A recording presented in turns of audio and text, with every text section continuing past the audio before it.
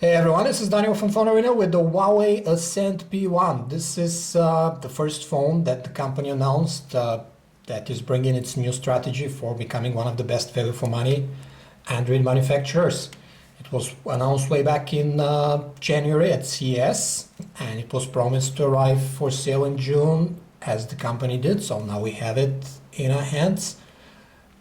Incredibly slim device, 7.7 millimeters here if we don't count the hump here at the back, and the elevated area around the 8 megapixel camera with dual LED flash. It's unibody design, which means you have a sealed battery inside. There's no battery cover to remove.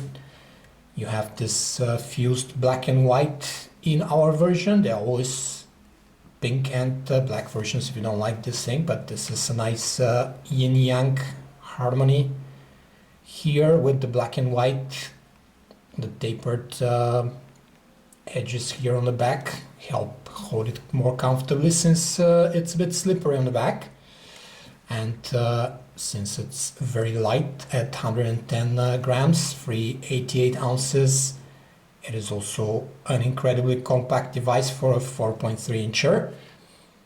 We have a micro SD card slot, thankfully, for storage expansion. The SIM card slot is here at the top with a protective lid.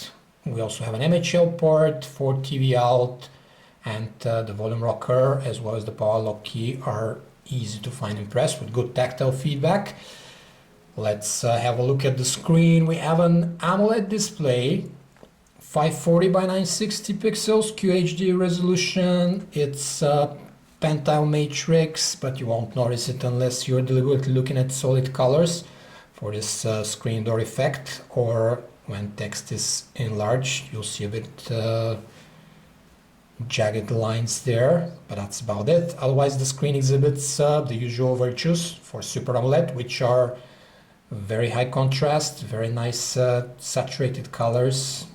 Black is true black, as you can see, and very wide viewing angles. On top of that, this screen is pretty bright for a Super AMOLED display, so unless you have the sun shining directly on it, you won't have trouble with outdoor visibility. Android ice cream sandwich is what we have on the Huawei Ascend P1 as Google intended it. It's stock, as you can see. It provides a couple of themes, light themes with different size of the icons to switch to if you get bored by stock Android, but these are still pretty light. Only the iconography is changed. All the apps stay stock Android, and that's a great thing. There's even a 3D theme, so all the grounds are covered in terms of interface, but it leaves you the choice to just switch to stock Android ice cream sandwich. We also like that Huawei hasn't installed much, if any, bloatware. It just made this handy tools folder here, which houses the calculator notes and so on. And it also supplied a file browser, handy notes app, and the Office viewer. The only other app partnership seems to be Music Plus right here, which introduces a folder view for your tunes, and SoundCloud as well.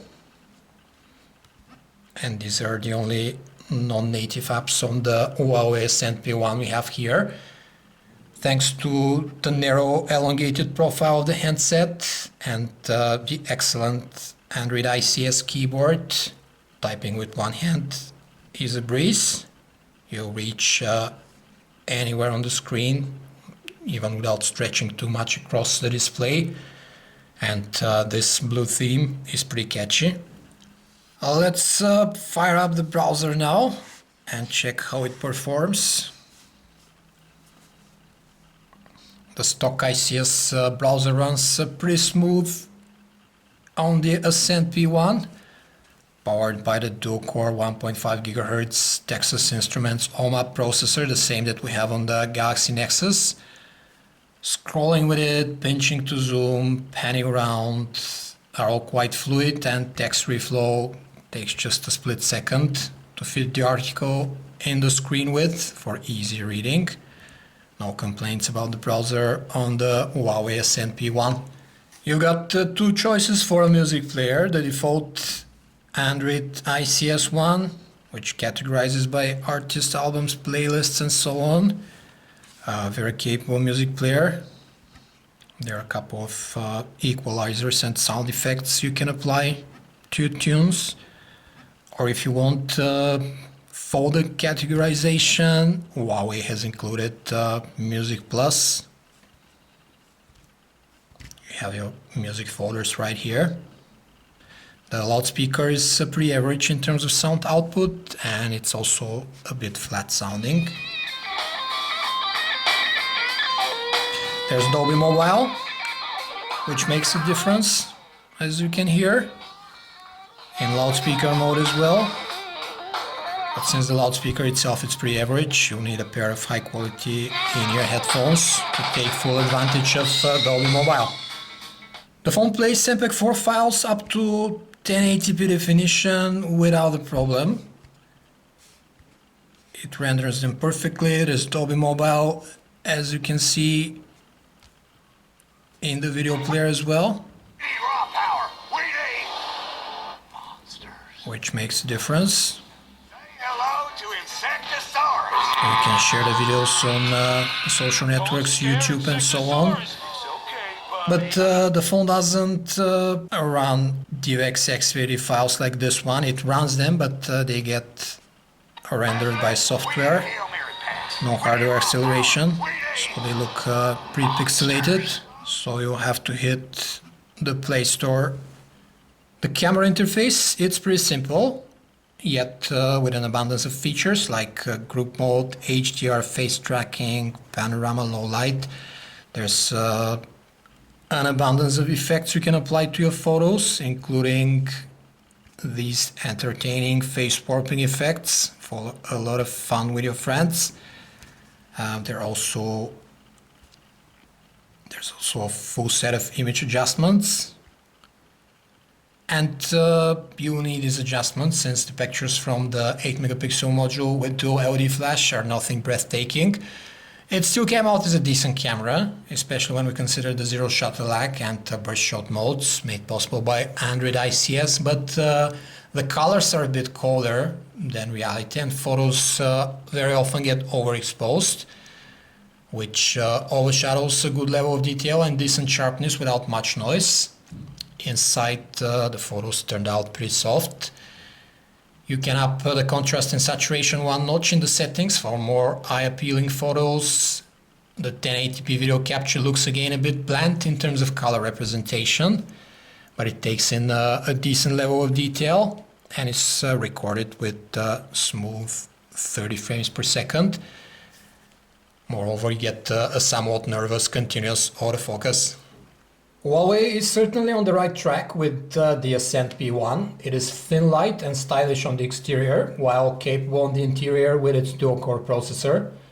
Some trade-offs are introduced to seal its mid-range fate though, like a non-HD screen and 4 GB of internal memory, of which only 2.3 are user accessible. But the Super AMOLED display is great for watching videos. There's a micro SD card slot for storage expansion, and the sealed batteries with quite the endurance. So all these before minor quibbles. We really liked that Huawei introduced stock ICS as default interface, adding a few easy to switch to themes, which only change the iconography here on the home screens and in the main menu, and that's about it. There is even a 3D theme, so there's something for everybody here to choose from, but the default interface is stock Android, which is great for those Android purists out there. We'd like to see a bit more capable camera, but it's still neither better nor worse than your average smartphone cam, and it has quite the number of functionalities and effects you can apply to your pictures and videos. They just turn out very often overexposed and with bland colors. Good current alternatives are the Sony Xperia P or the HTC One X, for example, and these are both formidable competitors. The Xperia P might be a bit thicker, but its camera performs much better, and it has one of the brightest smartphone displays out there, while the HTC One S has a superb design and a pretty capable cam and more memory than the Ascend P1 here. What Huawei's phone has going for it is the design and the stock ICS interface, which will appeal to many, plus the good all-around package. Yet considering it's the gateway phone for Huawei's Android onslaught, the Chinese should be very careful with the pricing scheme if they want to establish the company as the best value for money smartphone maker. This was a video review of the Huawei Ascend P1 from PhoneArena. For more information about this and other handsets, you can visit us at PhoneArena.com. Thanks for watching.